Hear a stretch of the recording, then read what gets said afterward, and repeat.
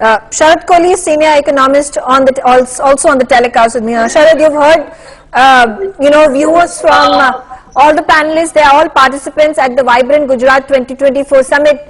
Now, whether it is about, the largest bourse in the entire world that was inaugurated by Prime Minister just a few weeks ago, or for that matter, the Adani group of companies infusing funds worth 2 lakh crore rupees, or for that matter, the biggest solar plant that the Adani Green Energy is investing in and going to be manufactured, going to be built in the next coming years, all highlights and brings Gujarat on the global map as an investing hub. Well, undoubtedly, Megha, because you look at the economic parameters of Gujarat, we don't need to say too much if we understand the economic parameters. The GSDP, we call it as the gross state domestic product of about 13%, which is almost double the size of the national GDP growth, although India's own GDP growth rate is today an envy for rest of the world. And I think Gujarat's GSDP growth rate is an envy for rest of the country. Well, envy in a nicer way, of course.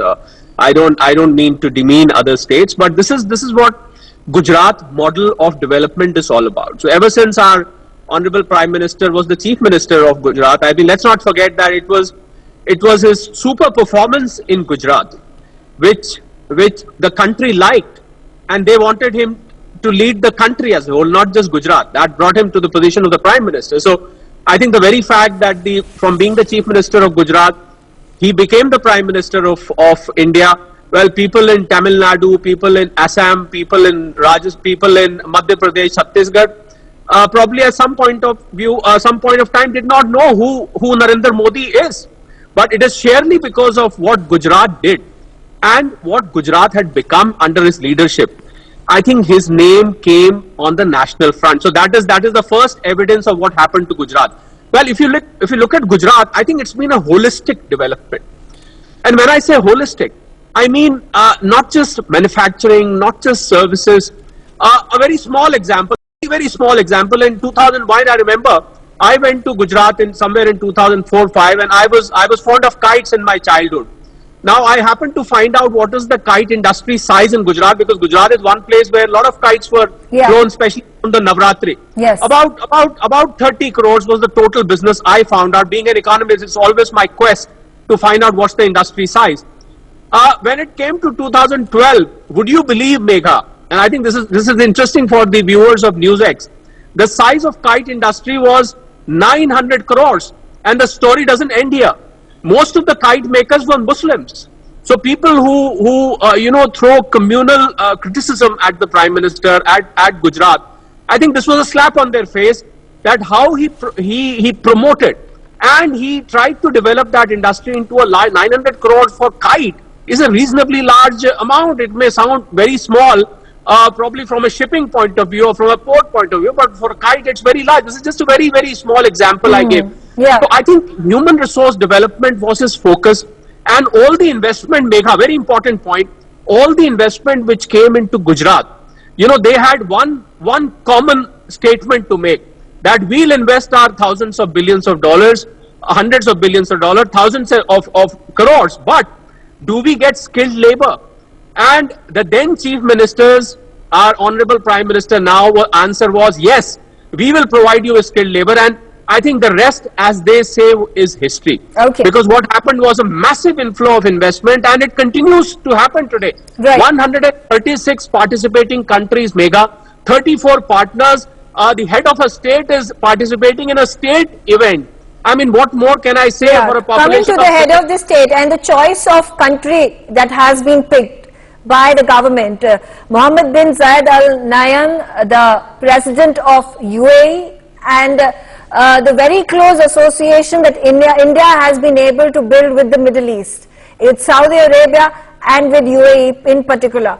Now, there are large sums of remittances that come from UAE into India. There are large percentage of the skilled laborers and unskilled laborers that work in UAE, that come from India as well. Now, at this point, there are also investment opportunities that India is now looking forward to in aligning itself with UAE or the Middle East, when talk about Saudi Arabia. We have had strong association with Japan, and there have been a number of investments that have been signed between the government of Gujarat and Japan. There have been prime ministers who have been invited by Prime Minister Narendra Modi and the then Chief Minister Narendra Modi into Gujarat. Is the expanse of Gujarat now becoming bigger? At this point, at one point of time, if we say the continuous focus with Southeast Asia, with South Asia, with Japan, and then again the big focus point of the Middle Eastern region. We also saw a reflection of it at the G20 Leaders Summit, the IMEC that had been signed. So here also strategic and investment opportunities significance is massive when we take a look at the representation that has happened of UAE as the chief guest at the Gujarat Summit. Oh yes, UAE hosts, India's largest expat population. We should not forget that one of the largest number of expats, they work in UAE, and obviously for the same reason, the forex inflow into the country is massive. So it's a very strategic move to invite the head of the state of UAE, for the summit. And why would Megha, somebody want to make an investment in one particular part of the country? Here's the checklist. I want a very solid infrastructure. I want a very good law and order situation. Skill development I spoke of. I need a very, very strong skilled manpower to be there.